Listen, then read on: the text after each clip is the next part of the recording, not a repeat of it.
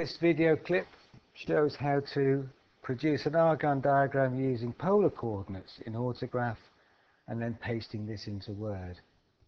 So let's just remind ourselves of what the Argand diagram looks like. So again, it's a coordinate system, and we have the real axis and the imaginary axis. And this again represents positive and negative real and positive and negative imaginary. But now the vector that we're going to produce, let's say this is the vector here that represents the complex number.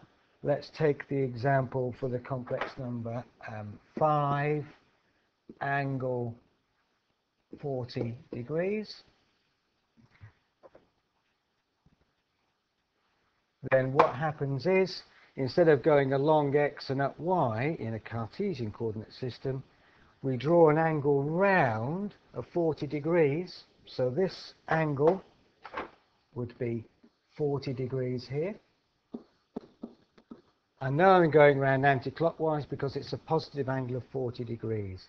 If this had been a negative angle of 40 degrees, then I would have gone 40 degrees around this way. So I'm going positive 40 degrees in an anti-clockwise direction. That will be the angle, which is, remember, called the argument in this coordinate system. And then I need to draw a line 5 long, which is the modulus. So then I would draw a line 5 long, and that would represent that particular complex number. So using the polar coordinate system, I can produce a vector to represent the complex number. How do I do that in Autograph? Well, let's try putting the same complex number into Autograph. So we have an Autograph fired up. This time, instead of the Cartesian coordinate system, I want the polar grid. So I hit that, and immediately I see that I have, it's actually this particular copy of Autograph is not perfect, so let's just play around with it. That's not bad. Okay, the polar coordinate system for equal aspect is a series of circles around an origin. So this circle represents all the points 1 unit away from the origin. This circle represents all the points 2 units away from the origin, and so on. So if I want to draw a line 3 units long, I'd go out to this point here.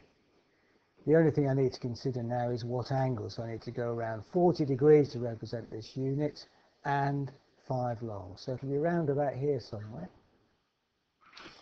But as before, if I want to enter the vector, right-click anywhere in the coordinate system, in the page rather, and enter coordinates. So I want it at the origin, 0, 0. Note, now instead of x, y, we've got an r under theta. So I hit OK. And that gives me my origin.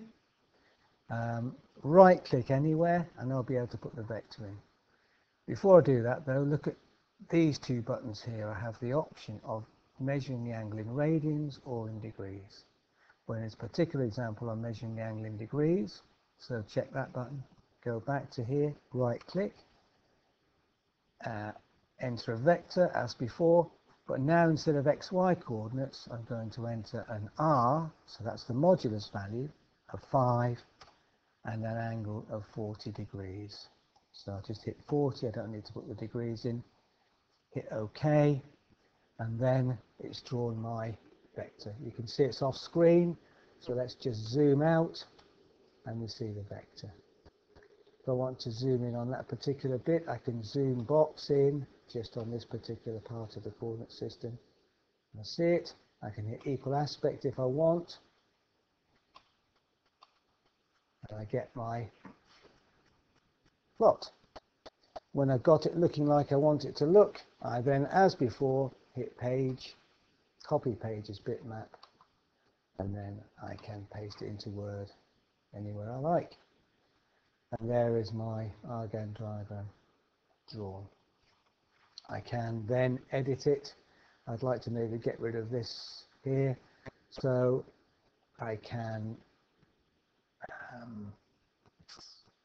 edit this picture. What do? I think I right click and go to crop. I think the crop button is going to be around here somewhere. Format the picture, crop. It's got to be an easy way to do it than that.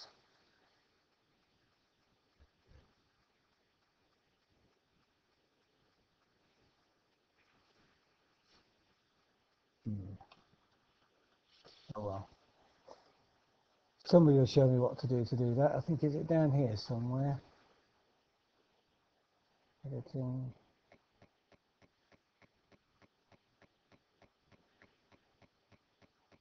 Format the picture. Format tools. Here we go. Format tools. Go to crop, and then you can get rid of this here. Hit return. You got rid of it. Okay. So you can now play around with the picture.